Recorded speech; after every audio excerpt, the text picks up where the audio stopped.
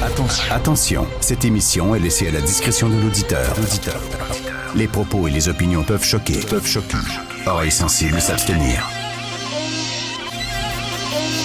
Richard Martineau. Un animateur pas comme les autres. Richard Martineau. Bon mardi, ma gang de malades. Jour 1 de la guerre. La guerre commerciale entre les États-Unis et le Canada. La guerre, c'est pas une raison de se faire mal. Alors, bien sûr, on va en parler. On va revenir là-dessus avec nos invités et nos chroniqueurs, mais d'autres sujets aussi. J'ai une question à vous poser. Une question qui peut vous paraître un peu bizarre, mais c'est une réflexion que je me fais à voix haute et je veux la partager avec vous. Est-ce que ça se peut que ce qu'on reproche le plus à Trump, c'est surtout de ne pas être hypocrite et d'être un peu trop franc, un peu trop honnête?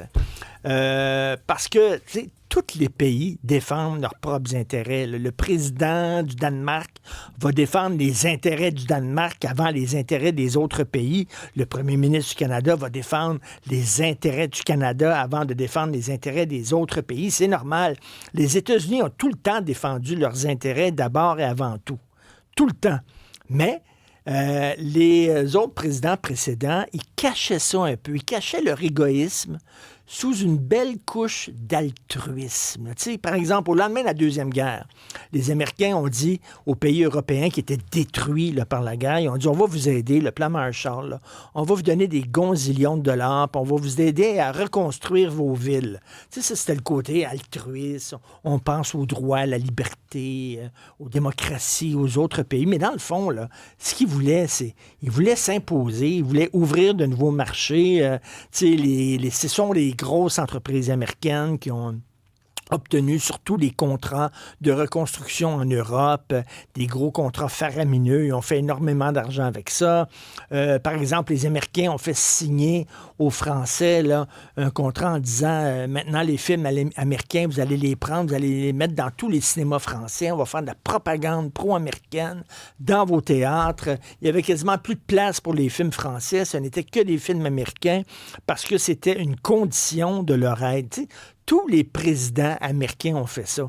Quand ils négociaient là, avec un autre chef d'État, ils n'étaient pas tout le temps gentils, là, les autres présidents. C'est certain que c'était du give and take, puis ils leur tordaient un peu le bras, puis les Américains voulaient profiter de la situation pour avoir le gros bout du bâton. Ce que Trump a fait, lui, Trump a dit, moi, je suis pas égoïste. Moi, mon serrage de bras, puis le tordage de bras, puis ça va se faire non seulement pas derrière des porte-closes, mais devant des caméras.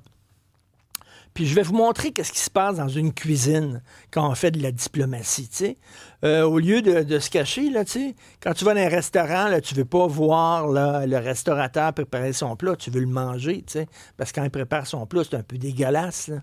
Alors lui, il dit non. Regardez, on fait ça, là, c'est un nouveau restaurant avec la cuisine découverte, là. Puis je vais vous montrer c'est quoi la diplomatie à l'américaine. Et là, on a tous été choqués de ça. Mais tu sais, la plupart des pays, c'est un peu ce qu'ils font. Là. Tu vas me donner ça, je te donne ça, je vais t'aider, mais t'es mieux de m'ouvrir la porte de tes marchés puis me permettre d'aller exploiter tes ressources naturelles, puis etc. C'est du give and take. Alors, mais lui, il le fait, il se cache pas. Il se conduit un peu en cow-boy. Puis c'est peut-être ce qu'on lui reproche en disant oh, on veut pas voir ça, puis mon Dieu qui est bête, puis mon Dieu qui est violent, puis qui est égoïste. Mais finalement, les États-Unis, ça a tout le temps été un peu ça aussi. Il y a un film que vous n'avez peut-être pas vu. Il y a très peu de gens qui l'ont vu, en fait, qui s'intitule De Brutaliste, avec le comédien Adrien Brody, qui a gagné un Oscar, puis qui a parlé comme pendant 45 minutes. Quand il a accepté son Oscar, c'était interminable. Mais il détient le nouveau record du plus long discours aux Oscars. Interminable. Oui. On dirait qu'il y avait le prix Nobel de la paix. Là. Tu sais, le gars, t'as rien que fait un film. Tu as joué dans un film. Tu n'as pas réussi à signer la paix entre Israël et les pays arabes. Mais bref, donc de brutaliste. Alors, on voit des extraits ici. Merci, Jean-Philippe, pour ceux qui nous suivent à la télévision. Je vais vous raconter l'histoire. C'est l'histoire d'un architecte brutaliste. C'est quoi le brutalisme?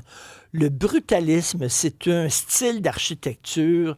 Ben tiens, On a, à Montréal, on en parle très peu, mais à Montréal, on a une des œuvres magistrales, un joyau architectural mondial. C'est considéré comme un des plus beaux bâtiments brutalistes au monde. C'est la place Bonaventure. La place Bonaventure, c'est de l'architecture brutaliste, c'est-à-dire c'est du béton, du gros béton. Là. Tu regardes ça, ça a l'air d'un incinérateur nucléaire, ça a l'air d'un compacteur à déchets. Là.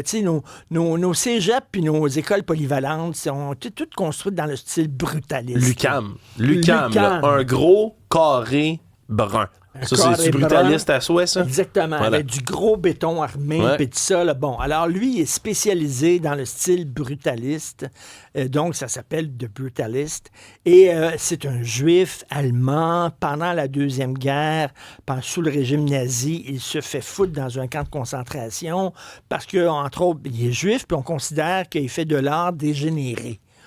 C'est pas de l'art là, qui est à la gloire du régime nazi, c'est de l'art dégénéré. Il va dans un camp de concentration, il sort de là, il va aux États-Unis, et là, lui, son rêve, c'est de faire un gros bâtiment brutaliste. Et là, il tombe sur un millionnaire qui dit, moi, je vais te permettre de réaliser ton rêve. Je vais le financer, moi. OK, tu vas pouvoir faire ton temple brutaliste. Ça va être que le gars, il dit, wow, c'est génial. Les États-Unis, c'est un pays de l'opportunité. C'est fantastique. Je vais pouvoir me réaliser, vivre l'Amérique et tout ça.